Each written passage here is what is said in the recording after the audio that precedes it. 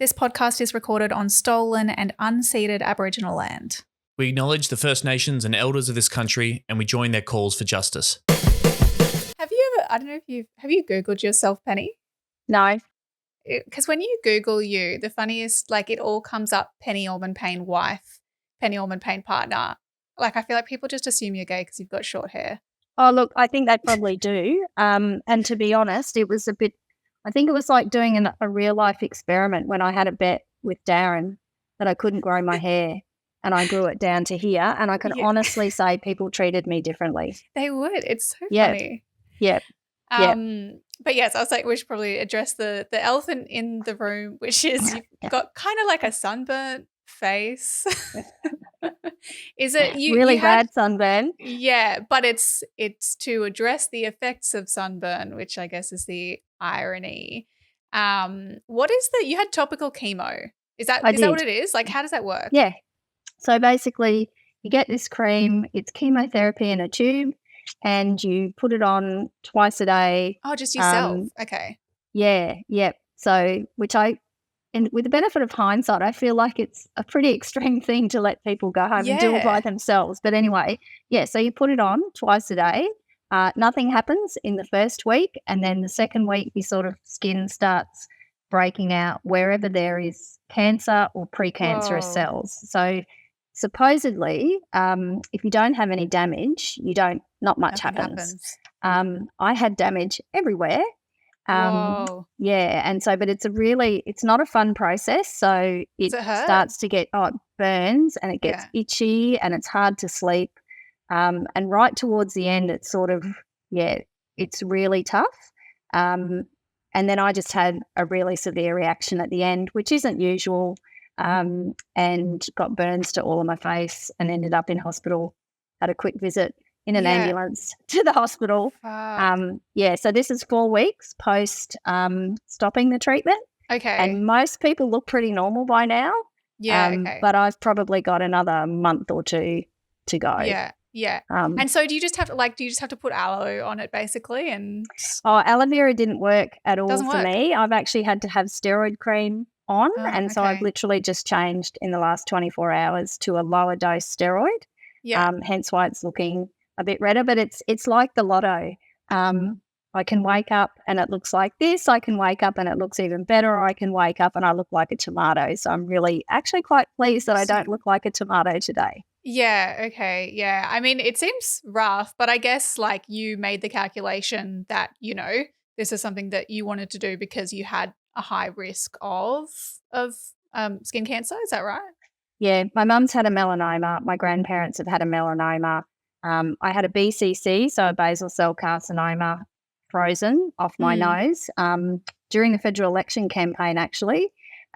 Luckily, there was a little lull in the campaign and I had to go and have that done. And luckily it healed pretty quickly. But, when you're faced with the prospect of potentially having to have things frozen off or cut out of, and clearly it was a good decision because the amount of damage that was there. Yeah, I guess that, ironically, Yeah, the upside of the extreme reaction is they said I've probably nuked all of it. So.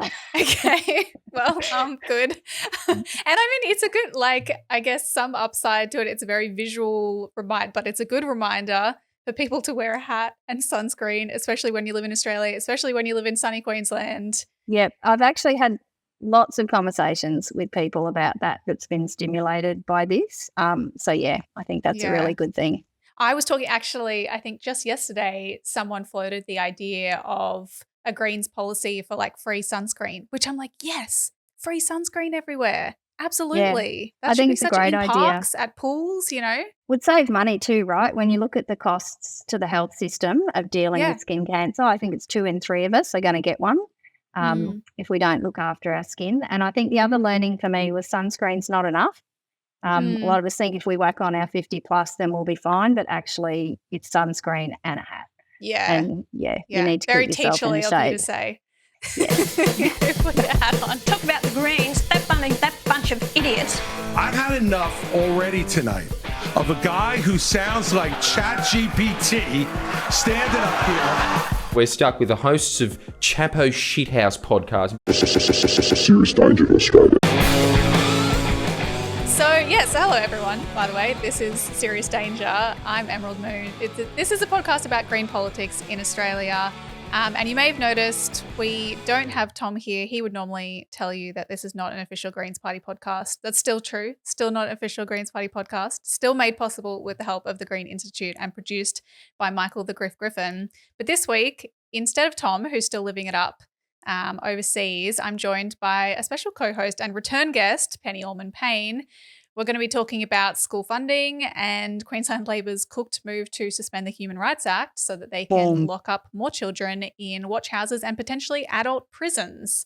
So, Penny, you've been on the show before, but it was before you were elected. So now you have a slightly different title. You're still, you're a former teacher, unionist, but you're the Queensland Greens' newest senator and our first regionally based MP, and you have the portfolios of industry, transition, regional development, Northern Australia, and schools. Did I miss any? No, but it's a mouthful, yeah? Yeah. Well, welcome, and welcome as an MP. It's cool to have had you on, and then we were like, oh, we need to send all the stuff to your new address, your new email address, because you fucking went and got elected, didn't you? I know. It's actually been a bit of a spin out, and it's a real privilege, and I've had a lot of fun over the first year, but we're also talking about some really serious issues that we need some action on. Of course, schools is something we're going to talk about later in the show, but can I just share an anecdote with you? Because I've known you for a while now, but I distinctly was thinking about it this morning, and I actually remember the very first time that I was introduced to the fact that you existed in the world, and it was when I was sitting in Michael Berkman's office with KK, going through resumes for people who we were looking to employ in his office. And I distinctly remember coming across yours and turning to KK and saying, who the fuck calls that kid Emerald Moon? My mum listens to this, so that is so funny. Well, and what's the go, Penny? Because I didn't get an interview. Well, I wasn't responsible for all the hires. I think I was responsible for one. But yeah, how wrong were we to not employ you from the get-go? So I had to keep knocking on the door basically in the years that followed, being like, let me in. I probably wouldn't have hired me either. I think I had no experience. I would have still been in uni, but you should have known from the name, surely. Yeah. Well, it's such a teacher thing to do too, because we see some interesting ones. Oh, yeah. Yeah. I've got some teacher friends who've said there are some fucking funny names out there, and I'm one to talk.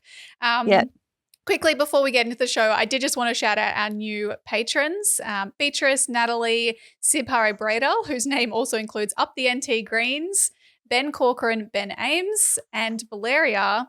And I have to give a shout out. So I had a pretty shitty week at work, and then I was exhausted on the bus coming home last night.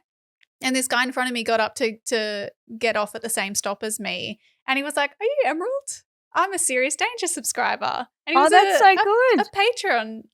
A patron who we hadn't apparently shouted out because he joined with too many other people. So I have to give Brant a shout out. Thank you, Brant. That actually put a little bit of a nice end to my shitty day. So that was pretty cool. That is very cool. Yeah. We've got a Patreon episode that's just come out about the politics of Taylor Swift. It is absolutely worth the $3 a month.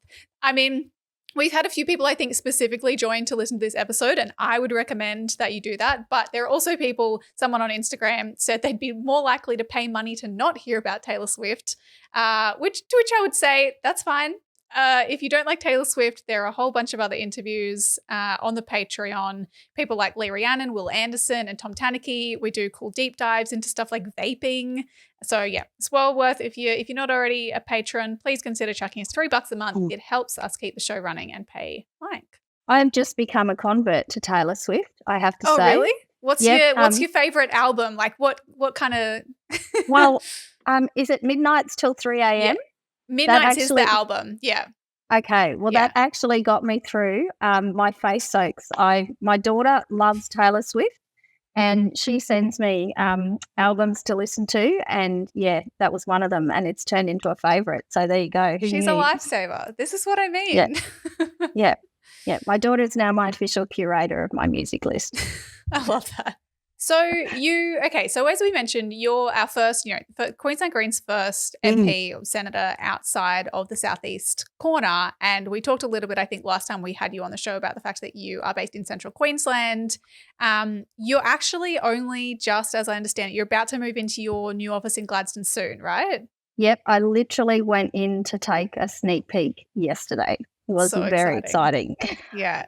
Do you think, has it, obviously you've been working in Gladstone, do you think that it's having an impact to have a Greens rep in regional Queensland, where we normally just have our presence, in the city and in the southeast corner, particularly in Queensland? Yeah, I do. Although, interestingly, I think because we haven't had a physical office presence in Gladstone itself, it's actually had more of an impact outside to this point. Right, yeah. So, okay. for example, when I went and toured to talk about my National Energy Transition Authority bill, and I went to Latrobe and the Hunter, sitting around a table talking to a community, including members of unions, about the need to transition, it's much easier to have that conversation when the opening sentence is, I understand what this means for you because I live in a community that is going to be impacted by moving away from coal and gas. Yeah. And I think that gives you a level of authenticity and trust in starting those conversations. So I think that's been really useful. I also think as a party, it gives us more credibility when we talk about transition on the national stage as well. So I think from that perspective, it's been really great. We've slowly had some impact here in Gladstone, but because our temporary office has been in Brisbane, I've been travelling away so much, and we haven't had a space for people to coalesce around and come and find us. So I think it's going to be really exciting to see what we can do with that in a couple of weeks when we move in. I guess and the reason it's taken so long is because, I guess it's different for senators. As a lower house MP, there's kind of an office in the electorate that you move into when you win the seat. Whereas as a senator, you choose anywhere in the state. So you had to actually find a whole new office. But I think it'd be really cool to actually, I am looking forward to seeing, the actual Greens Senator Penny Allman-Payne office in my dad says it won't be real. I'm not a real elected not real rep until my face is on a window. Okay, all right. That's building, an interesting take. That's sad to know that your last year plus of your life hasn't been real, but okay. Yep. I think what I realised though when I walked into the office yesterday, it really made me realise that for the last 12 months I've very much felt like a parliamentarian. And I feel very comfortable in the parliamentarian space, but I've been really missing that contact with the electorate in ways that you can do. And one of our goals, I guess, in setting up the Senate office too was to really treat it almost like a lower house MP's office as well. It is a place that people can come to get help from us. And so I'm really looking forward to us really regularly being able to interface with the community. I think that's going to be fun.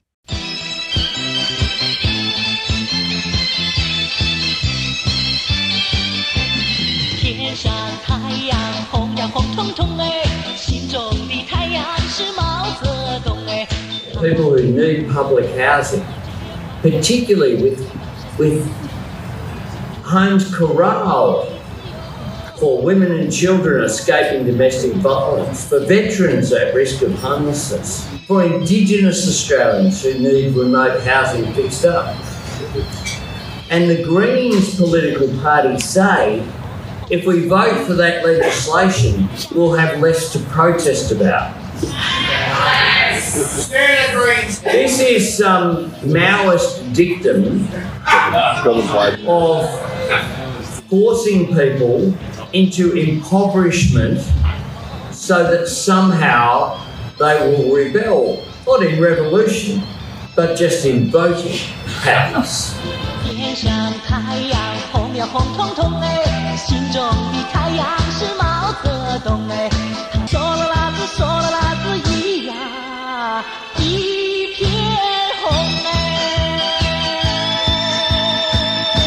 So last weekend, you were not in Gladstone. You were in Brisbane, right? Did you go to the rally outside the Labor National Conference? I did, but you wouldn't know I was there because I had a really big hat on and I had to wear a surgical mask because I can't wear sunscreen. Looks like you're undercover or something. Yeah, I went incognito. Yeah. What was the mood like at the rally? I think it was really great. I think people were really fired up. It's really clear that so many people are disillusioned with what Labor's proposing and just feel like they don't care. So it was great to hear from. We heard from someone, I think, from the student union out at the uni. We heard from, is it Secure? SEQ, oh, yeah. Representative from Union there. Of renters, yep. Yeah. And I think it's really clear that renters are starting to mobilise and Labor should be worried. Yeah. Oh, yeah. And I think they are. Like, yeah, you can certainly tell that from the way that they're responding. I mean, the whole Labor conference is such a strange thing, isn't it? I feel like there was a lot of chat leading up to it, and then it kind of happens, and we all realise or remember that nothing actually happens at the conference, and it's all just kind of political theatre, and all the real decisions are just made behind closed doors. And really, I mean, a large part of what it seems to be is just an excuse for Labor to get together and hold big, quote unquote, just business forums or fundraising dinners where a table costs you $10,000. I don't know if you saw this bit. I did. And I guess the other thing that really struck me at the rally too, which I think really made it even clearer that you have to pay for access, was there were big barriers around the convention centre. Can you imagine that at a Greens conference? Yeah.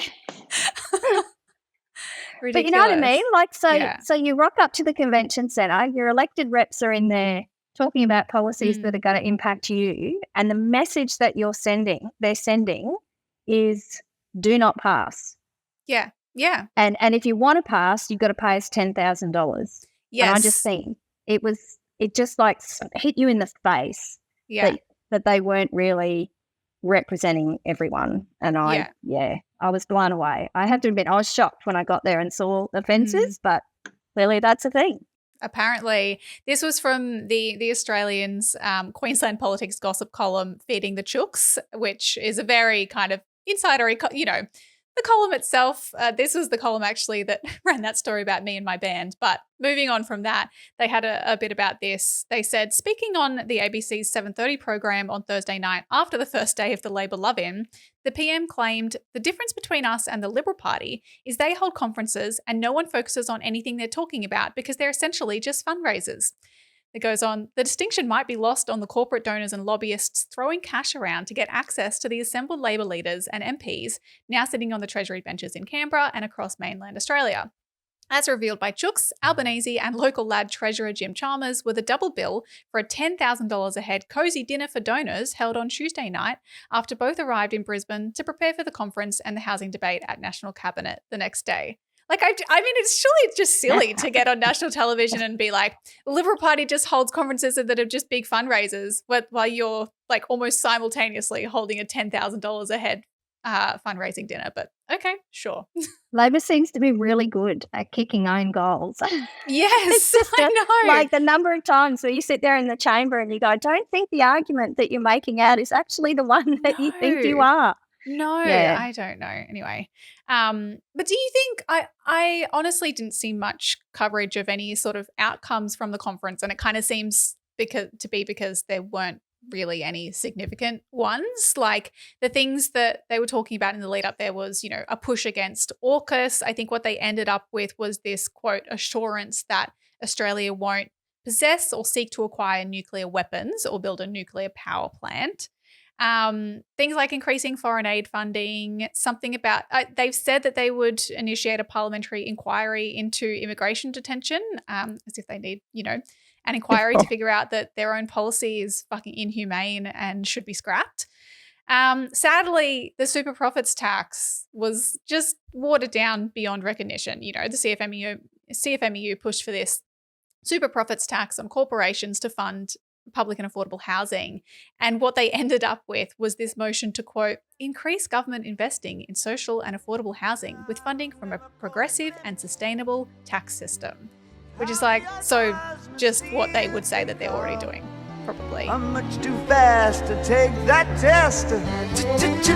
Change from within. Yeah, I guess we have to wonder, does Labor's left still exist? And what state is it in? Or has it been completely subsumed by Anthony Albanese? Change from within. But what if I told you that you could end native forest logging once and for all by voting Greens? No, it's actually what the Greens should have been originally, which is an internal lobby group within the Labor Party called Lean. So, how can we make it happen? Well, starting today, the National Conference of the ALP is happening. This is a once-in-a-term thing. It is basically where all the branches of the Labor Party get together and decide what their national policy platform is going to be. Lean is going to be there with a comprehensive campaign pushing hard for an end to native forest logging in Australia. They have a very strong track record of shifting environmental policy in this country, but even if they don't get the native forestry ban up this time, they are close. I'll tell you what'll help them out is if you guys go join your local ALP branch, because most of these local meetings have like 15 people attending. So if there was even 5 or 6 more in support of this, that's what forms party platform. Just a bunch of Lions Clubs ladies saying, "Oh." So what I'm saying is, when you're sitting around saying, "Why isn't X getting done?" That's how you get X done. Change from within. So did you talk to the delegates afterwards? What were they saying about how they felt it went? I guess, are you disappointed the left wasn't able to get more, considering you had a majority? I'm not going to ask that. Okay. Change from within.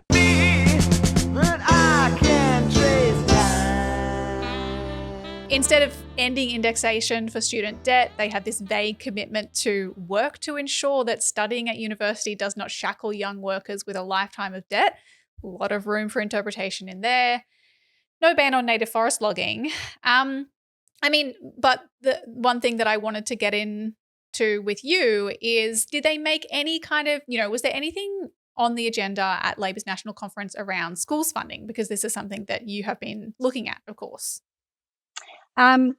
They actually took out a whole bunch of references in their draft platform that referenced equity in education, and that was flagged before the conference that their draft proposed platform has actually removed explicit references to equity. They also, I think, removed their commitment around secular education.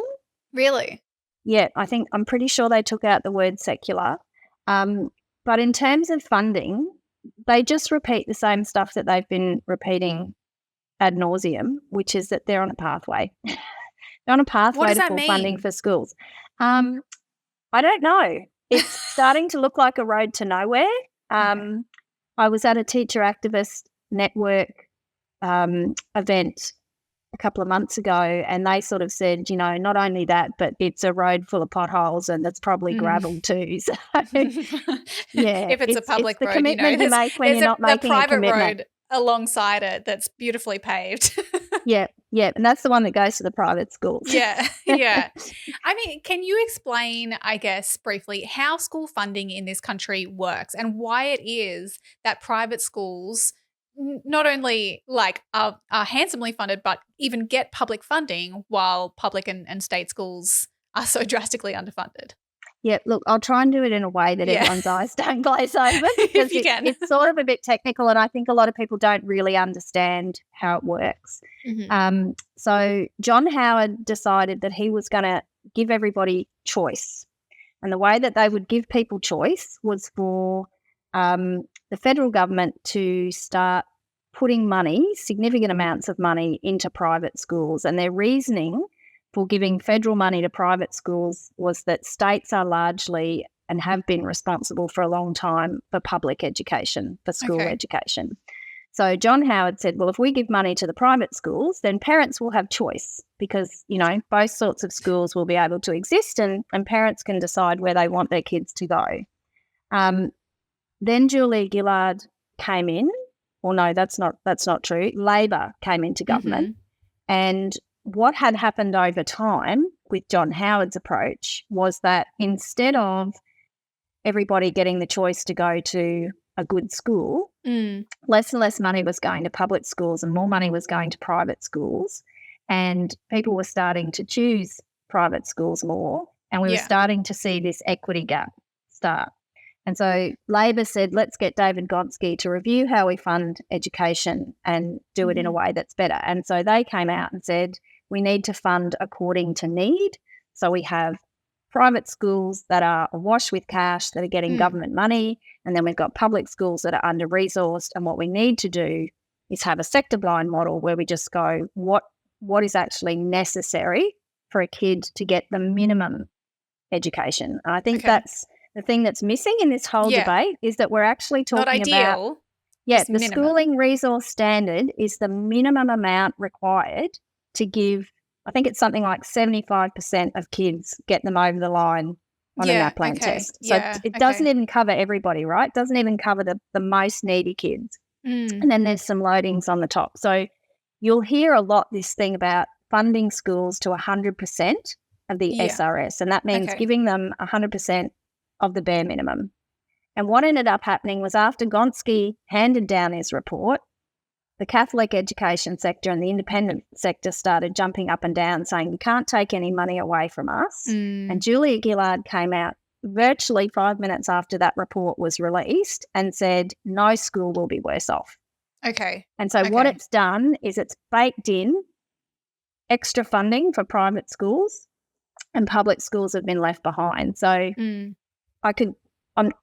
there's different proportions of money that come from the feds in the states. The way it works is that generally the feds give most of the money to private schools and a little bit to public schools. State governments give most of their money to public schools and not as much to the privates.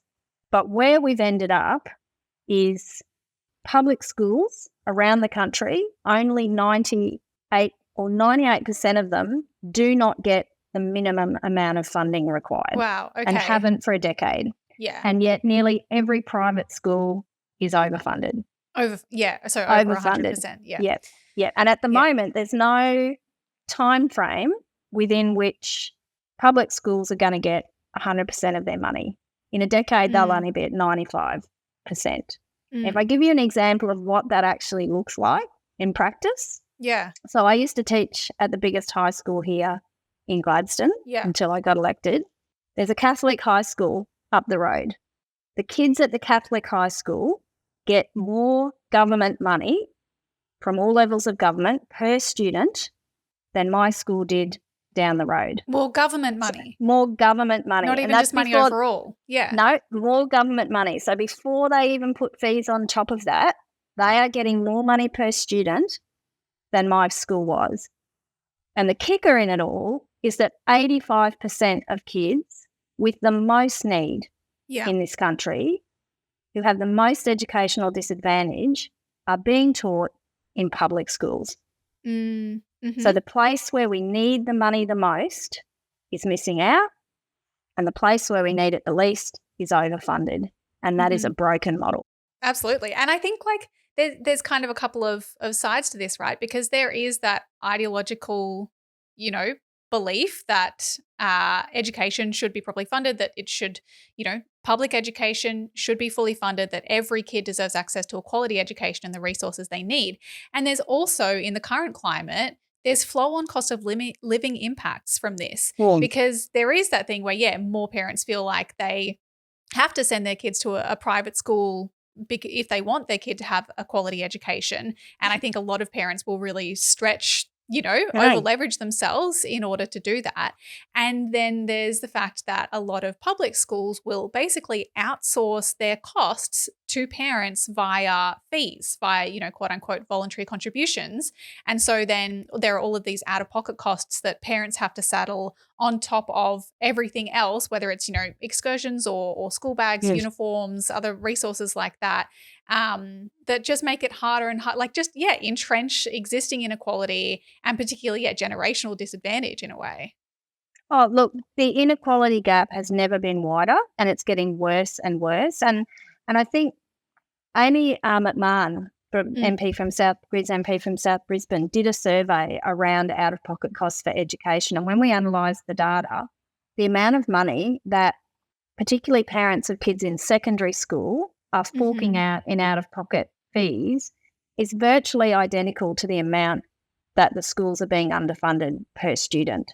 So it's parents and carers who are trying to make up picking up the gap. tab. Yeah. But that's also assuming too that all of the parents in that public school actually have the capacity to pay those fees. Because as a teacher, I've worked in schools where large numbers of kids aren't able to pay the fees, and then you're being asked to either withhold resources from them, or they have these really horrible things where, they'll say you can't go to the prom or the formal at the end of the year if you haven't paid all your fees, and it's a fucked system where kids are really being disadvantaged by the fact that their government isn't properly funding their education.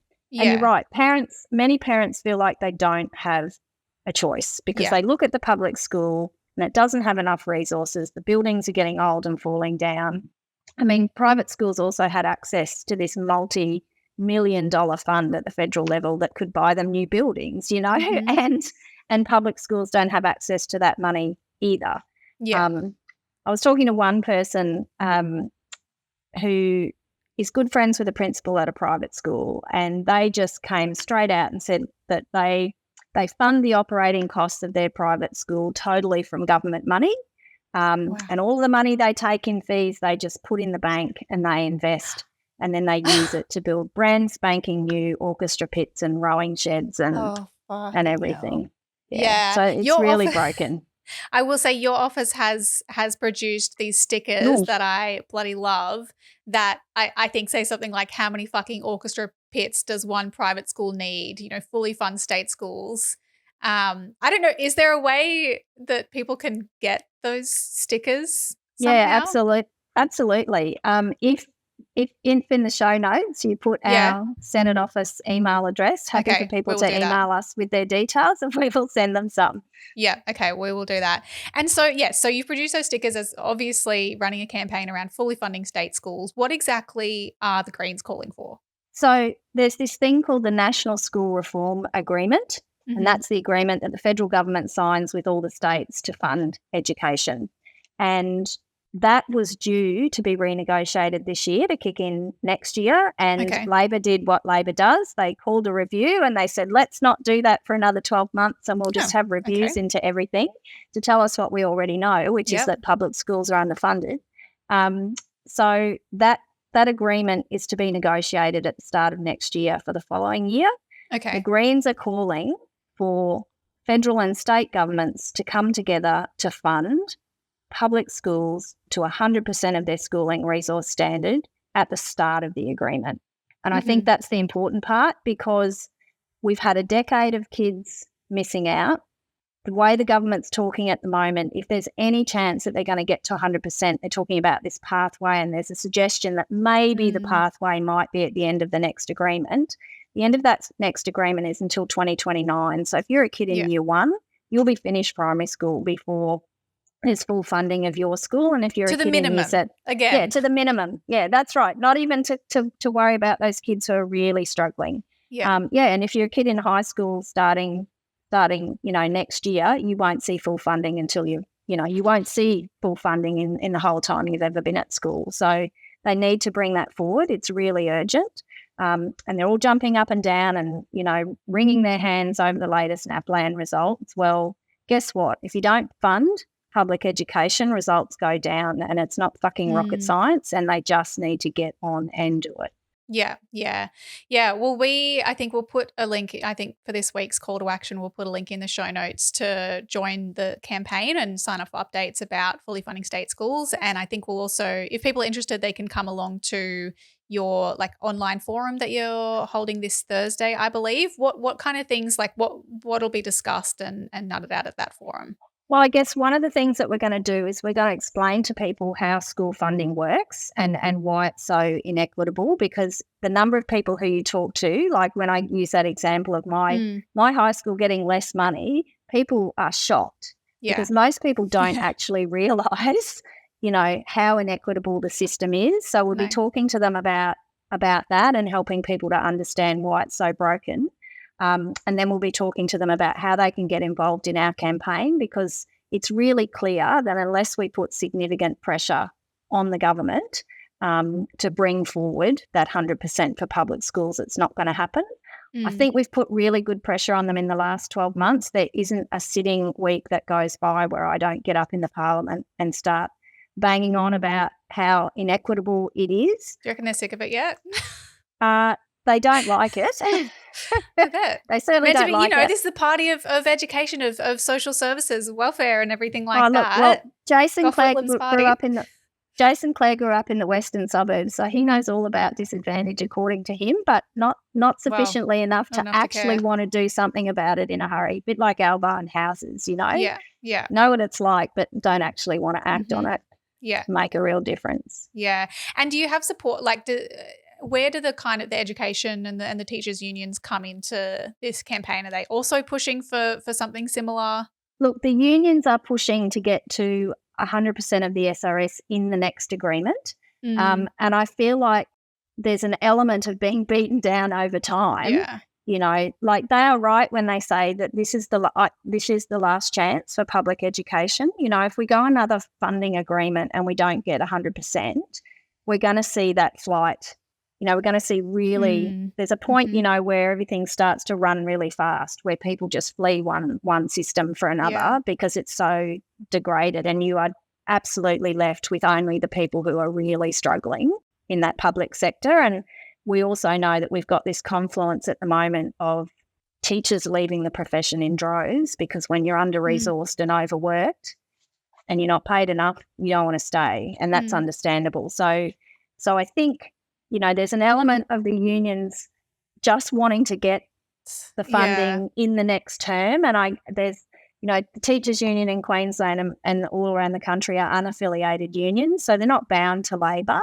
But I guess, and they're very supportive of our campaign, but I think my role is to shift the Overton window for what we need so that we get a good outcome, and to create space then for the union to push harder, because I guess there's that element that they always feel like they need to keep Labor on side to a certain extent so that they can stay at the table and have input. But I don't have to do that, and I'm not going to do that.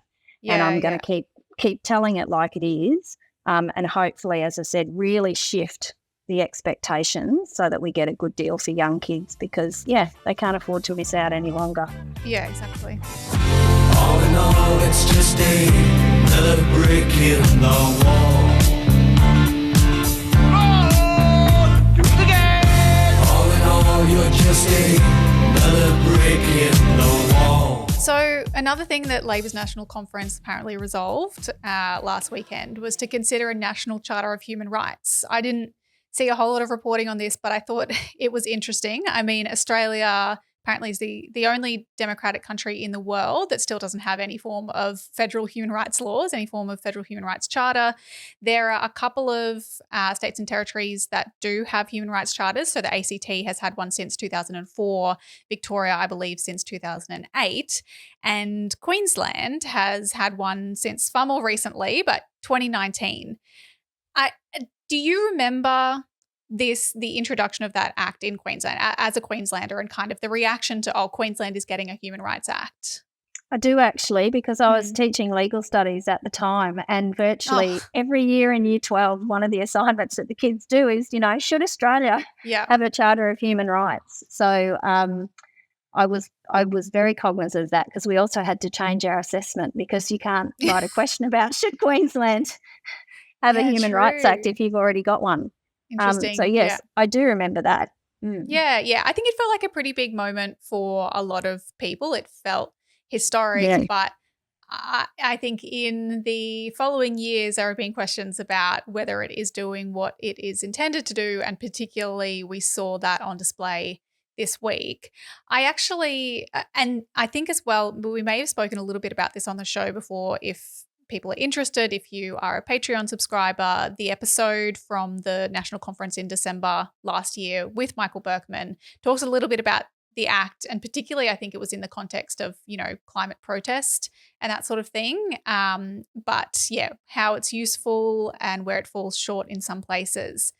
But when I was looking at the history of when this act was introduced, actually at the time that the government introduced the bill, there were experts who were saying they had real concerns, particularly about how it treated young people in contact with the criminal legal system. So it specifically, they were really worried about the fact that it would allow children who'd been convicted of an offence to be held alongside adult prisoners.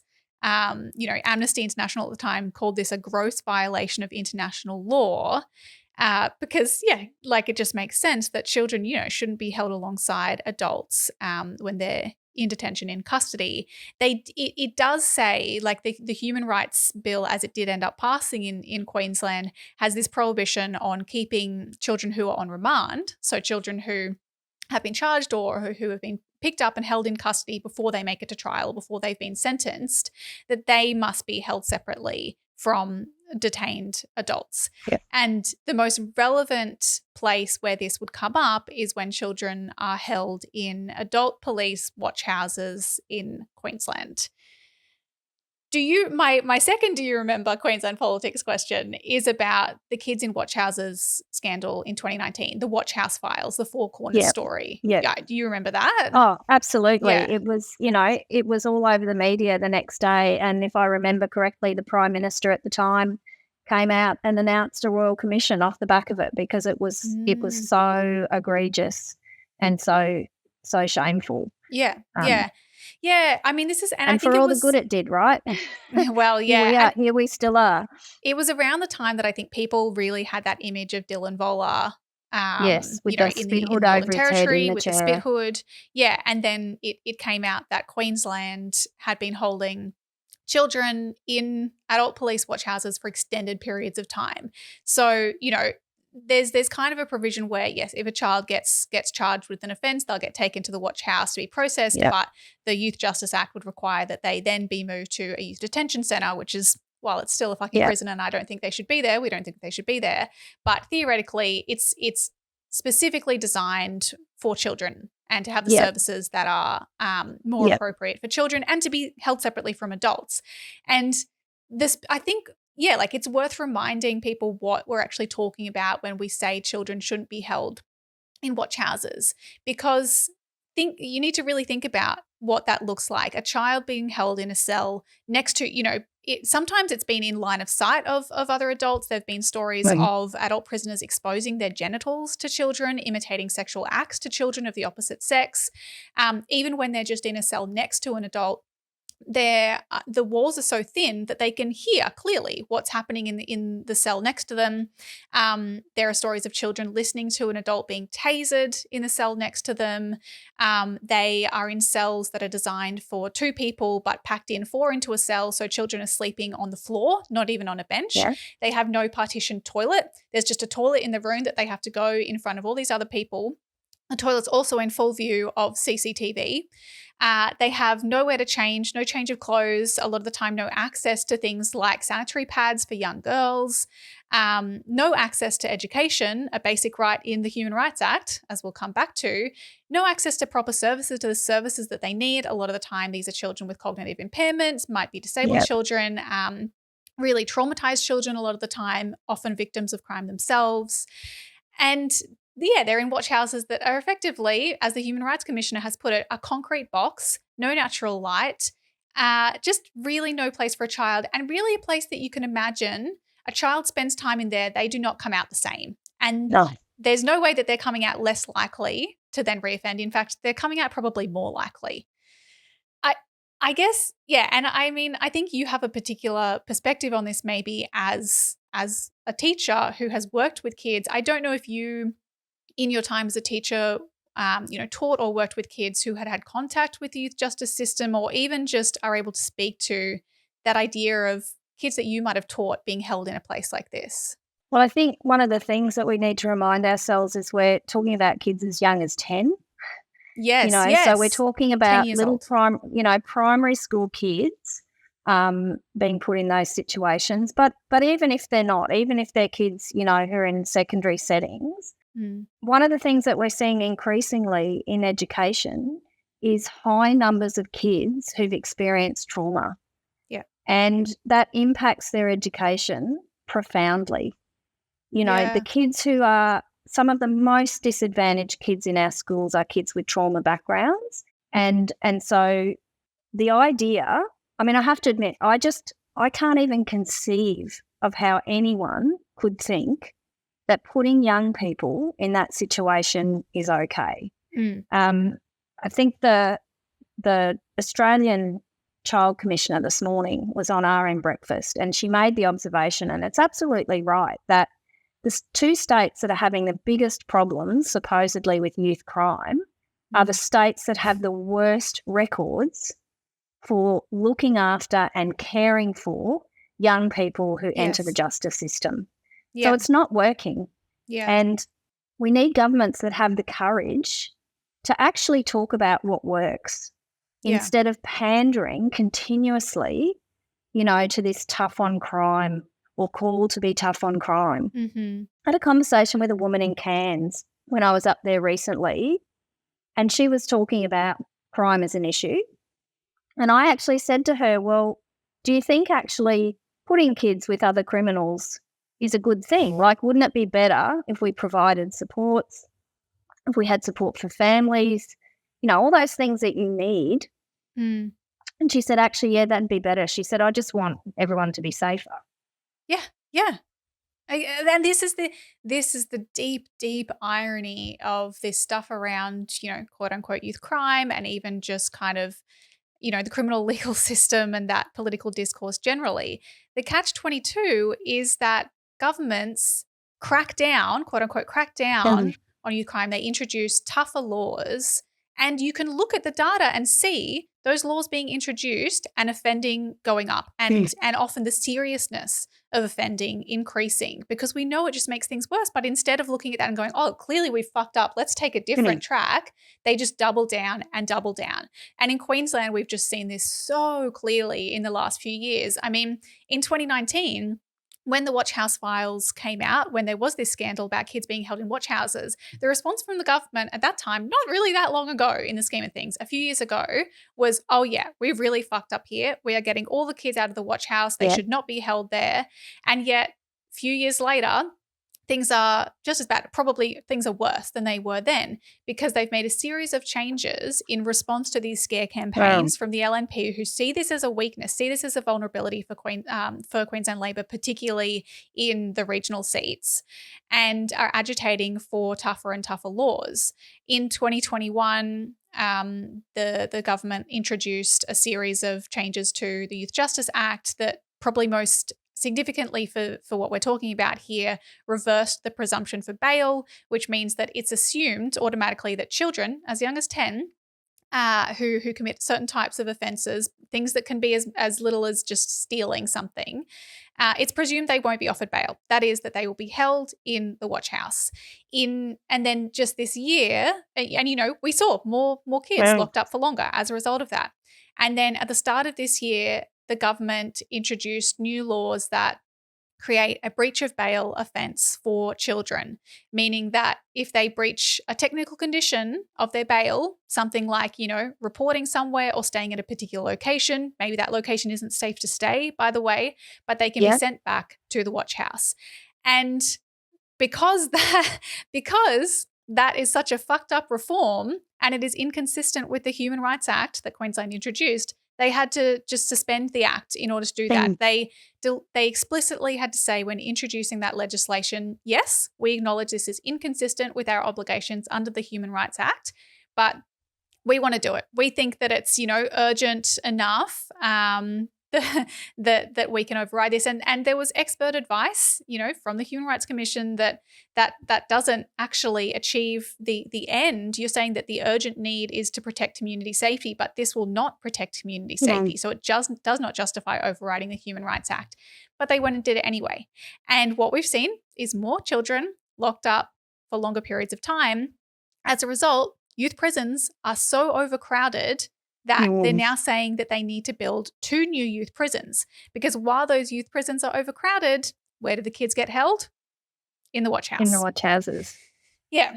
So, I mean, Queensland, we know that we lock up the most children in the country, and something that I think a lot of the time is forgotten in this conversation is that 90% of the kids, even in detention centres, are unsentenced. They have not faced trial yet. They're not, when we hear the LNP and even Labor now referring to these children as criminals, they actually haven't been charged and convicted yet. They're literally just being held in this situation. And the government brags about it. You know, they say, yes, we've got the toughest laws in the country. We're holding more children in custody for longer. And we're going to build new prisons. I mean, not to mention just obviously the fact that the vast majority of the children who are in youth prisons, and even higher proportion in police watch houses, around 80%, are First Nations. First Nations. Yeah, I know. It's disgusting. And I just think the idea that you would be prepared to essentially sacrifice the lives of young kids to gain or to hold on to political power is just so abhorrent. Yeah. But that's exactly what they're doing. And they've got form, right? It's exactly the same approach they took to refugees. Mm-hmm. You know, they are prepared to sacrifice people on the altar of maintaining power. Yeah. Yeah, and so true. Rather than have the courage to get the evidence and take the evidence and explain to people why something's not working and do the things that they need to do. And here's the other thing. They have fixed 4-year terms now. 4 years is a long time to fix something up and then be able to go to the public, you know, at the end of that 4 years and say, here's the good thing that we did and this is why it's working. Mm-hmm. You know, fuck, if you can't be brave when you've got 4 years to do it, when are they ever? Yeah. Yeah. Like, when are they ever going to be brave? And it's so Labor, you know, identify a problem, make it look like you're doing something. So introduce the Human Rights Act so you can say, yep, now we care. We did that. Yeah. Yeah. And then either suspend it or half-ass it. Yeah. Yeah. You know, exactly. and in this case, they're not half-assing it. No. They're just making out that, you know, that an adult, you know, has had their car stolen is more important than a kid's life that they're just going to completely ruin. And that's what they will do. You know, those kids' lives are ruined the minute they walk into that watch house because, as you said, they'll be traumatised and there are no services to deal with that on the other side. Yeah. And then the community pays for it again. And the so government, it's a false economy. It's cruel and it's a false economy. It is, yeah. And Queensland Labor obviously has faced enormous amounts of pressure from experts, from advocacy groups, First Nations groups who say what you're doing is fucked up and it's making the situation worse. And they say, you know, oh, we've introduced a package, we're funding services, but, you know, 80% or more of that package is actually just funding more cops. And yes, that's like their the solution. announcements they made this week about additional money for PCYCs, and I thought the gall. It's just more cops. That's that's not actually community-led solution. That's not evidence-based solutions. But these groups, so we're getting to, you know, what happened this week. The precursor to this is that this group up in Cairns, Yeti, Youth Empowered Towards Independence, I think it is, who works with young kids, they brought a case to the Supreme Court arguing that holding these kids in watch houses beyond that, you know, initial charge is unlawful, effectively. The strange thing that happened with this case was it kind of had an unexpected turn because in the course of arguing that, they realised that, oopsie, all these children that we had been holding in watch houses didn't even have a valid order to be held there at all. So they had to be urgently transferred out and they didn't even kind of get to rule on or consider the substantial question of whether it's legal to hold a child in a watch house at all under the Youth Justice Act. But you know, clearly that wasn't the end of it. The government has gone, oh, fuck, there's a bit of we're at risk here. They sought legal advice. And as it turns out, you know, they got legal advice, as we understand it, that probably the practice overall was unlawful, that they were incorrectly interpreting the act. And so we come to this week. So Wednesday afternoon, 3:30 p.m, the police minister stands up in Parliament to reopen debate, so start the second reading debate on this bill. The bill is called Child Protection, Offender Reporting and Offender Prohibition Order and Other Legislation Amendment Bill. It's a completely very innocuous bill. It's meant to be about reportable child sex offenders and how their devices can be inspected and police powers around that, etc. Completely unrelated. It was introduced last year. It's gone through the committee process in Queensland, which is what we have because we don't have an upper house. No. And now it's coming back for debate. But the minister stands up and starts introducing amendments. He introduces these amendments around decriminalising public drunkenness and begging, which, I mean, that's great. We've been calling for that. Yep. He fixes up there was this administrative fuck up around police disciplinary matters. There's something about a coal mine near Mackay and relocating a workers' accommodation camp. There's ending police entrapment. That sounds related. Yeah, right. Then it is unanimous. We are going to approve the bill to evacuate the town of Springfield in the great state of... Wait a second. I want to tack on a rider to that bill. $30 million of taxpayer money to support the perverted arts. All in favor of the amended Springfield/pervert bill? Bill defeated. I've said it before and I'll say it again. Democracy simply doesn't work. There's something about police entrapment of sex workers. The list just goes on and on and on. They're moving all of these amendments that actually the amendments were so broad-ranging and substantial that they're moving at the last minute with no notice to this bill that the amendments are longer than the bill. 57 pages of amendments. The bill was something like 40-something pages. And included in those amendments, they are suspending the Human Rights Act as it relates to children held in watch houses. Keeping in mind that the way the Queensland Parliament works, they'd already earlier in the week agreed to limits on debate for this bill that was meant to be about reportable offenders, right? And they allow, a few hours of speeches over that afternoon and the following day. And then 45 minutes, including the minister's reply, who can basically speak as, I think even up to like 40 minutes on the bill for consideration in detail, where you actually go through the bill clause by clause. They didn't even table these amendments until that time, until 45 minutes before the end of the parliamentary sitting week. Journalists didn't have a copy of the amendments. No one did. The public didn't have access to this. And I think it was almost like there was the kind of a feeling of, is this even legal? Like how in a supposedly democratic country can the government just be like, oh yeah, we're doing this, by the way, we're doing all these things at the 11th hour? It almost feels impossible. Well, I guess that's the problem, isn't it? When you don't have an upper house in your parliament that can review and put a brake on and potentially send something off to inquiry. So we're not going to get an upper house in Queensland anytime soon. I mean, I thought it was interesting at the Olympics inquiry, Jared Blage and Fiona Simpson came in the afternoon in the public session, but he spent a lot of time railing against... I'll just say, for anyone who doesn't know, Jared Blay is a LNP state member with was the Attorney General, coiffed hair, wasn't he? If anyone's interested. Was he? Maybe I have a feeling right. he was even the Attorney General in an LNP government, and he just sat there railing against the committee system in Queensland and how terrible it was and how it was stacked in favour of the government. And I thought, well, you're in government, you never changed it. Like nobody... Yeah. As soon as they get into power, they're really happy with the status quo.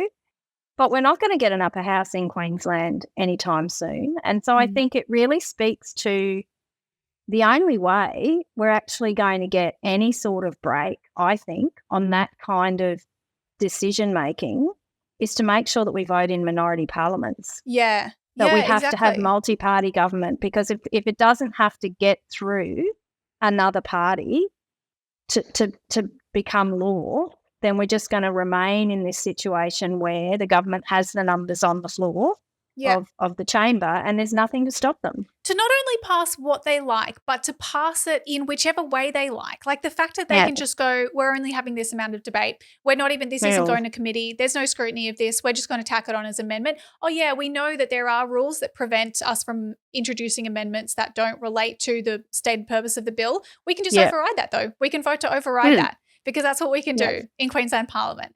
And so, Well, you see that at the federal level though, right? Like that happens in the lower house all the time.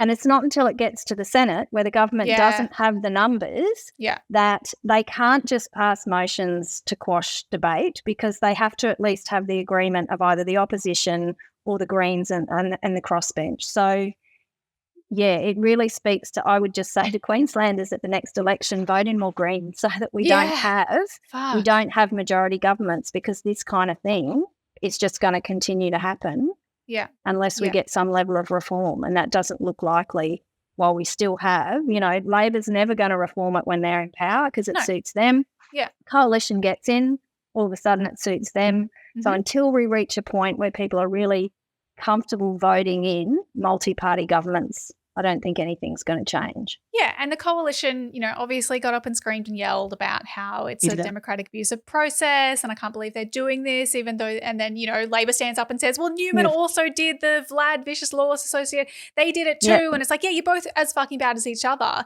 Yeah. And none of you really want to discuss what we're actually talking about here, which is, again, holding children as young as 10 in police watch houses. And not only that, so I want to go through just, in a bit more detail what these amendments actually do. They, first of all, remember that Supreme Court case, the amendments retrospectively validate all of those times that children were held in watch houses without a proper order in place. They're just like, actually, we're saying they were all valid now. You can't sue us for that. It then suspends the application of the Human Rights Act for two things. First of all, allowing the government to make any place a, quote, detention centre. And that could include, it specifically says, watch houses or adult prisons. So enabling them to say this adult prison is now actually a detention centre, so we're going to hold children there. Yep. It then it suspends the Human Rights Act to give the minister discretion to tell police when to transfer a child from the watch house into youth detention, so that they no longer have a requirement to get them out of there as soon as possible. They can be held in the watch house indefinitely. And in suspending the Human Rights Act, it's not only saying that, these two things are not consistent with the Human Rights Act, we know that. It's actually suspending the entire application of the Act for children, their protections under that Act when they are in one of those places of detention, whether it's a watch house or, even an adult prison. It's saying they have no right to procedural fairness and the government has no obligation to act consistently with the Act when the child is in one of those facilities or being transferred in between cells. And so all of the protections in the Human Rights Act, their rights to education, their rights to healthcare, their protection against deprivation of liberty, Indigenous children's cultural rights, for example, they don't have access to any of that. The Human Rights Act just does not apply to them. And the government is saying, they've put in there a sunset clause. So these provisions expire theoretically on the 31st of August 2026, or they can extend them by regulation if they want to 31st of August 2027. So we'll assume they're probably going to do that. And they're saying that that's because, we'll have 2 new youth prisons that we want to build in Queensland by then. And so then we won't, because we'll be filling up those prisons. And so we won't need to keep kids in the watch house anymore. But the fact remains, the path that they're going down, they keep introducing these laws that proudly result in them locking up more children. They are just going to keep filling prisons and then they'll fill the watch houses until they're full and they'll build more prisons. And, because they will create more victims, they'll create more, children who are going to get out and reoffend more seriously. And the vicious cycle is just going to fucking continue until they take a different approach. It's the sort of thing, isn't it, that if you were told that an authoritarian regime was doing this in another country, you'd be saying how disgusting it was and how they didn't care about human rights and what a terrible regime it was. And yet so much of that happens here and people either don't know or they don't realise. In some ways, you can understand why they did it the way they did it, right? Because they didn't want to have the debate. Because it's just so egregious and so disgusting. But the flip side of that too is that in some ways they give the LNP a free kick because they can rail against the fact that this process was so terrible and not actually have to be held to account for the fact that actually, if that had been debated, they probably would have agreed. Yep. That's you know right. what I mean? The LNP. That's right. Mm-hmm. And then it'd be clear for everyone that they're on a unity ticket for how they're going to deal with these young people. Yeah. I think, and it's particularly galling, that's right, the way that the government did this, and they then came out the next day after, flagging these amendments, saying that this is to allow business as usual to continue. They repeatedly trotted out this line that this is business as usual because they're saying, we've been interpreting the law this way for 30 years. They kept saying that we've been, keeping kids in watch houses for extended periods of time for 30 years. effectively admitting, because they have that advice from the Solicitor General, that they've probably interpreted the Act wrong for 30 years, that they've been unlawfully detaining children. And their response to that is to just change the law. And not only that, but to change the law so that now they can, quote unquote, lawfully hold children in adult prisons, which actually is not business as usual. That's fucking unprecedented. That does not happen. And the government is saying, oh, this is just a contingency just in case, something really bad, crazy happens and we need to put them in an adult prison. It's unlikely to happen though, but I don't fucking believe them the way that they're going. I think they absolutely are going to be putting children as young as 10 in adult prisons, because that's the system that they've set up for themselves. I mean, the LNP can say that this is, they said it's a disgraceful abuse of democratic process, but I'm sure they would do exactly the same thing. They love it. They want to see more children locked up. Meanwhile, the people who actually work with children on the ground and the people who have had experiences, whether themselves or their family, with the youth justice system, they rallied outside Parliament saying that this is just going to make things worse. The Youth Advocacy Centre said it was horrifying. Sisters Inside said that the community will be more harmed because children will just come out more angry. Change the Records said that it was outrageous and harmful. The Human Rights Commissioner, who is not, like, the Human Rights Commissioner is, that's a statutory position in the government. It's not someone who often comes out and, they're not partisan. They don't really attack Labor that much. But they said that this means that farm animals or boars, male pigs, will have better welfare protections than children as young as 10.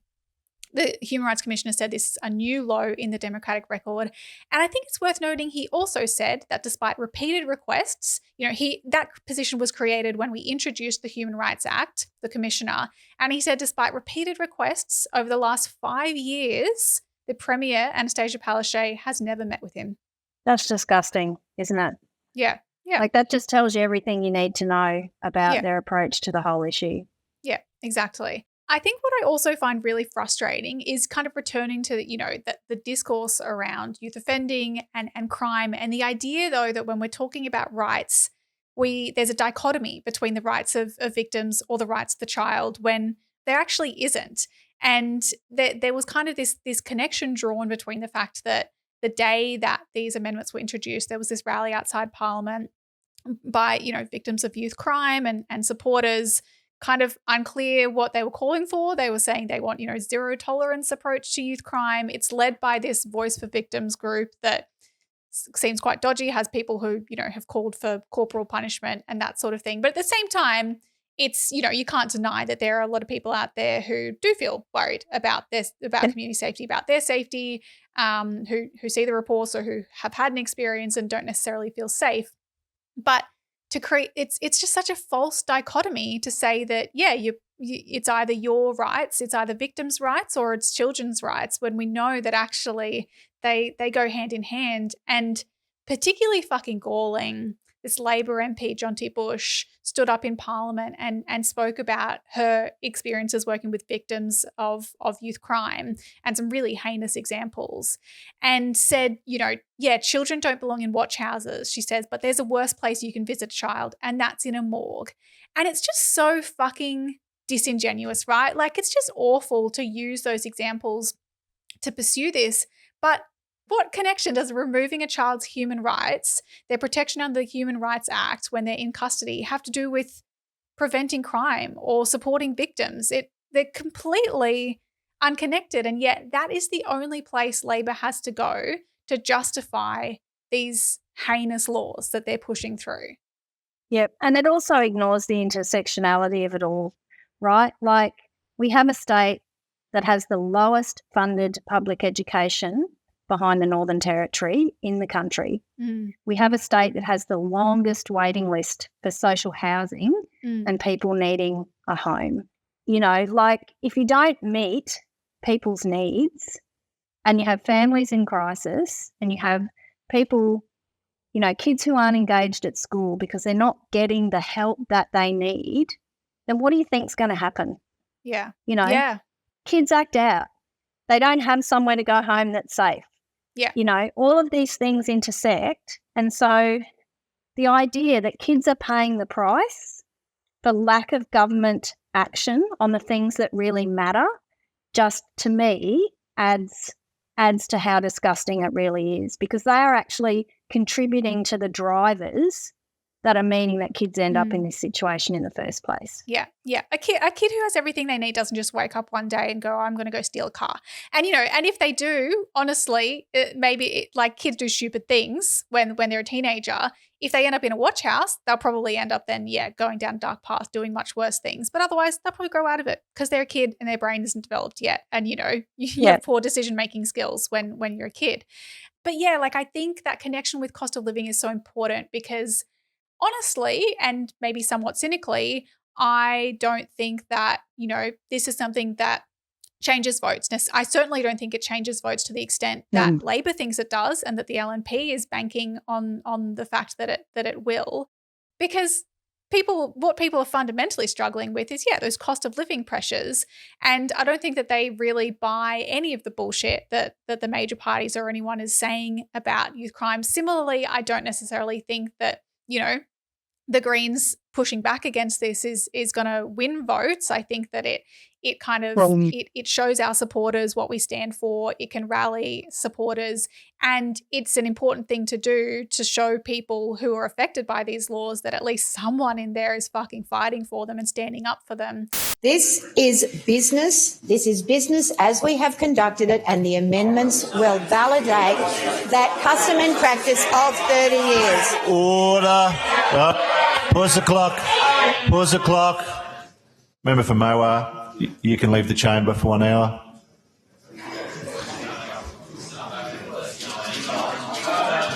Order. But to call this disgraceful is an understatement. It is an absolute dog act for this government to introduce amendments like this with no prior warning. Member for Mowar, pause the clock.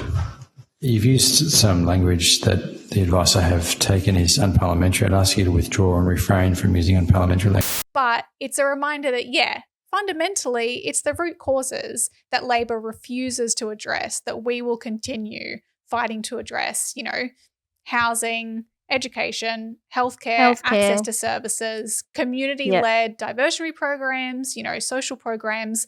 Those are the things that we know that work and that will make a difference in people's lives and that we have to actually really fight for. Yeah, I agree. I pray that a small gear don't stay safe, and I hope that our babies get to see better days. Questioning if anything's ever gonna change. Locked in the cell and the smells real strange. Locked in my mind, but my brain ain't caged. I'll never see. Well, thank you, Penny. Thank you for the chat. Again, before we go, I wanted to plug your campaign to fully fund state schools. Speaking of services that really make a difference, we'll put the link in the show note where people can sign up to join that campaign or go along to the forum this Thursday and to send Penny's office an email if you want a sticker about fully funding state schools. Otherwise, where else can people kind of, follow what you're doing, Penny, follow your work and that sort of thing? We're getting a lot of media, which is really great. So if you're staying tuned to the news, but all of our socials, so Instagram, Facebook, whatever that thing is called now, is it X or something? Yeah, we'll just say Twitter. Blue Sky. Apparently we're on all the things. So just follow our socials. Search Penny Allman-Payne and you'll find Penny. You can also find us, of course, at Serious Danger AU on Twitter, Instagram, TikTok, and YouTube.